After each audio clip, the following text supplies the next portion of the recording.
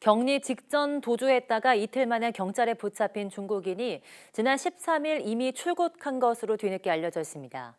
구속 사유가 되지 않아 강제 출국 조치를 한 건데요.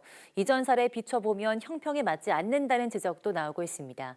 장하영 기자입니다. 지난 3일 밤 공항에서 격리시설로 이동하는 도중 도주했던 중국인 확진자 A씨. 이틀 만에 서울 한복판 호텔에서 경찰에 붙잡히기 전까지 택시를 타고 물건을 사러 외출도 했습니다. A씨를 붙잡기까지 이틀 동안 경찰 40여 명이 투입됐습니다. 방역당국은 A씨에 대해 감염병 관리법 위반으로 엄정한 조치를 하겠다고 밝혔습니다. 감염병 관리법 등에 따라서 처벌을 받게 됩니다. 처벌을 받고 이후에 출입국 관리법에 따라서 강제 퇴거와 재입국 제한 등의 조치를 받게 되는데요. 하지만 A씨는 처벌을 받기 전인 지난 13일 이미 출국한 거로 확인됐습니다. 출입국 관리법 위반으로 인한 강제 출국입니다. 1년 동안 한국에 들어오지 못하도록 입국 금지 조치도 내려진 걸로 알려졌습니다.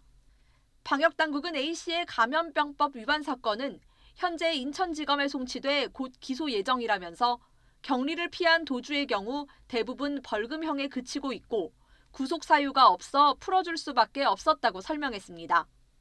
하지만 지난 2020년 전화로 확진 통보를 받은 뒤 돈을 벌어야 한다며 10시간 동안 도주했던 60대 일용직이 구속되는 등 내국인의 구속 사례가 없는 건 아닙니다. 구속의 이유 중에 하나는 재범의 위험성도 있는 거거든요.